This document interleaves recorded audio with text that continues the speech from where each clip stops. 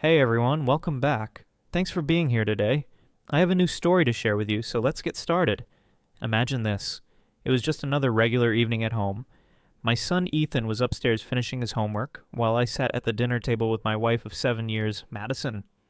I'd love to say we were engaged in deep conversation, but the truth? Silence? She barely touched her food, idly pushing it around with her fork, lost in thought. At first I assumed she had a rough day or was just exhausted.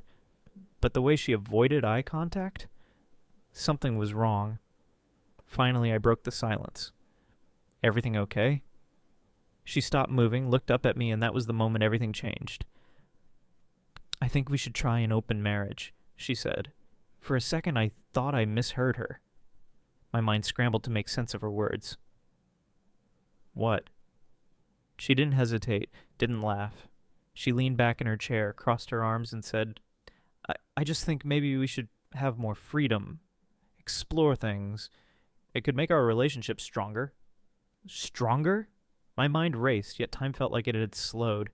There was no guilt in her voice, no uncertainty.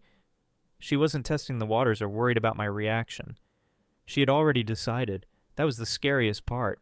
I could have exploded, demanded to know if there was someone else, if I was the last to find out. But I didn't. Instead, I sat there for a moment, gathering my thoughts, feeling the weight of the moment pressing down on me. When I finally spoke, my voice was calm, steady. That's not the marriage I signed up for. I locked eyes with her. If you're done with this, just say it. She didn't flinch, didn't waver, just shrugged. I figured you'd say that. Then just like that, she stood up, picked up her plate, and walked away, as if she had already moved on in her mind.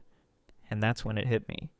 This wasn't a discussion, it wasn't a request, it was a decision she had already made. Later, I found out exactly where it came from. Madison had a friend who convinced her husband to open their marriage while still keeping his money, his home, his stability. And Madison, she had been watching, imagining herself in the same position. She wanted the best of both worlds. A husband for security, other men for excitement, and the worst part? She actually thought I'd be okay with it. The next morning the house felt different. No good morning from her, just silence. When I entered the kitchen she was already there, scrolling through her phone like I wasn't even in the room.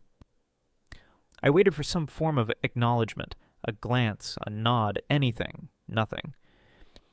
Usually we at least exchanged the simple "have a good day" before leaving for work. Not today. When I finally said morning, she didn't even look up, just took a sip of coffee and kept scrolling. That day at work, I checked my phone a few times, expecting maybe a casual text. Again, nothing. No updates, no check-ins. It was like I had disappeared.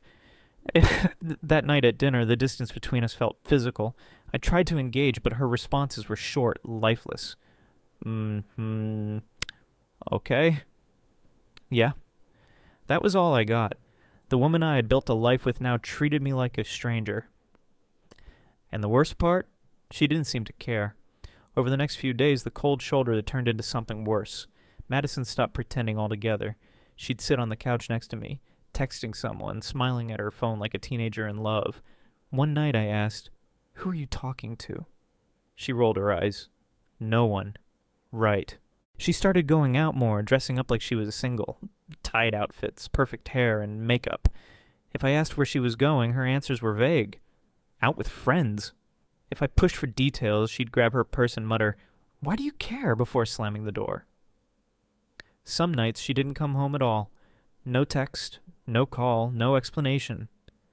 The next morning she'd walk in like nothing happened, head straight to the bathroom, then crawl into bed without a word. I kept my cool, knowing what would happen if I said anything. She'd just laugh and call me paranoid. One night I had enough. I stood in the doorway as she walked in. "Madison, we need to talk." She looked up, smirked, and then laughed. "No, we don't." Then she brushed past me, shut the bedroom door in my face. That's when I realized this wasn't indifference. It was intentional. She wanted me to feel worthless. She wanted me to break first. It's one thing to feel like your wife doesn't care about you anymore. It's another when your child starts noticing it too. One evening, as I was clearing the dinner table, Ethan looked up at me with big, curious eyes. "Dad, Why doesn't Madison eat with us anymore? I forced a smile. She's just been busy, buddy. He nodded but looked at me like he knew I was lying. That night I sat alone in the living room staring at nothing.